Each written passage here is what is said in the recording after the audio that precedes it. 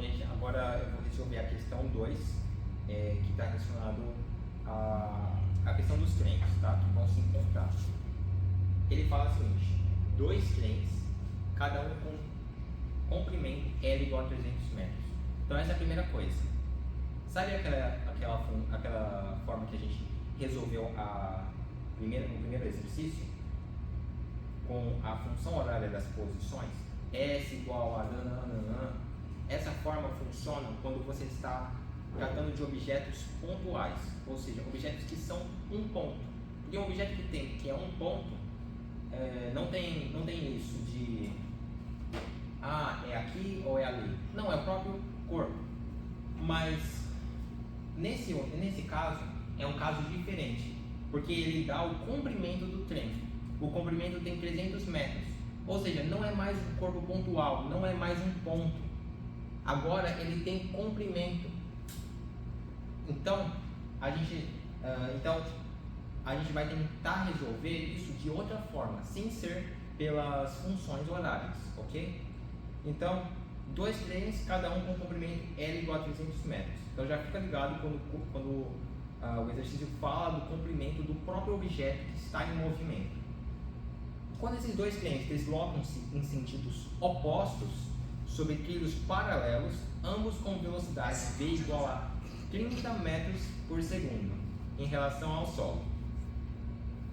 No instante inicial, a distância entre as frentes dos trens é de 1.200 metros. Quanto tempo é necessário para que um dos trens ultrapasse completamente o outro? Então, nesse tipo de exercício, eu recomendo desenhar, esquematizar. Em exercício de física, principalmente de movimento, é muito importante o desenho. Então, a gente tem dois trens aqui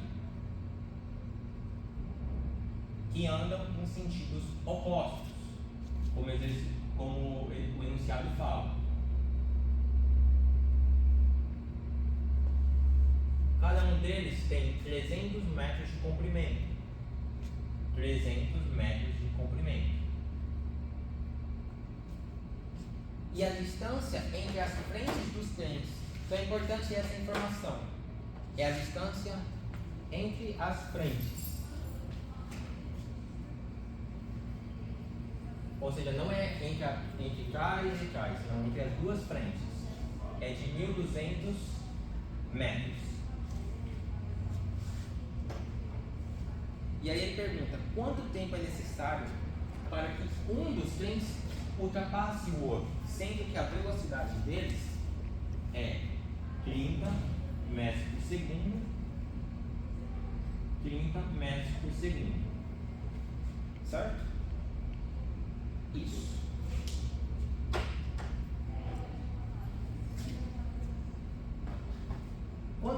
Tem algumas formas de a gente resolver esse exercício, mas o que eu falo é que quando os dois corpos estão em movimento, é difícil você trabalhar, porque os dois estão em movimento. Quando a gente aplica o conceito de velocidade relativa, a gente consegue se colocar no lugar de um trem. E aí tudo vai estar em movimento em relação a esse trem. Como assim? Aqui, o ponto de vista, o referencial, é você que está aí parado observando essa situação. Referencial, posso escrever que é o solo. Mas e se eu mudar a minha referência para um dos trens? Trem 1. Nesse caso, temos o trem aqui. Ele continua com um comprimento de 300 metros. Mas nesse caso, no ponto de vista dele, ele está parado. Quem está movimentando é tudo aquilo que está ao seu redor. Imagine a seguinte situação: você está lá no carro dirigindo. Você olha a estrutura do carro, você olha as suas roupas, seu corpo parado em relação aos seus olhos. Mas você vê o que você vê em movimento? A paisagem. Você vê as árvores vindo contra a sua direção. Então, é essa a ideia. No ponto de vista do trem, você está aqui dentro do trem e você vê tudo se movimentando, menos você. Então o trem, o outro trem que está aqui, com 300 metros também de comprimento, você vai enxergar ele não com uma velocidade de 30. No seu ponto de vista, ele vai ter 30 mais 30, 60 metros por segundo. Igual quando você está no carro, aí você vê o outro carro mais rápido, no seu ponto de vista. Né? Mas como que eu cheguei nesse 60 aqui? Você vai fazer o seguinte: para parar esse trem aqui, o que você fez com relação a esse? Eu tirei 30. Eu tirei 30, é como se eu tivesse adicionado um vetor aqui na esquerda, 30 metros por segundo. E isso daqui cortou com isso, aí por isso ficou 0. E como que virou 60 aqui? Virou 60 porque é como se eu pegasse esse vetor e adicionasse para a esquerda mais 30. Aí 30 mais 30 ficou 60 metros por segundo. É assim que a gente faz a mudança de referencial. Adicionando ou tirando uma certa velocidade. Tá? E aqui temos o chão. Né? O chão, se você quiser, você poderia colocar até mesmo a velocidade do chão. 30 metros por segundo. Mas por que o chão se move no referencial, no ponto de vista desse trem? Tudo está em movimento. O chão está indo para trás com a velocidade de 30 metros por segundo. Como que eu sei? Olha, você tem aqui o chão também. Tem o chão aqui, ó. Peraí, deixa eu alinhar mais. Nesse ponto de vista, você vê o chão parado.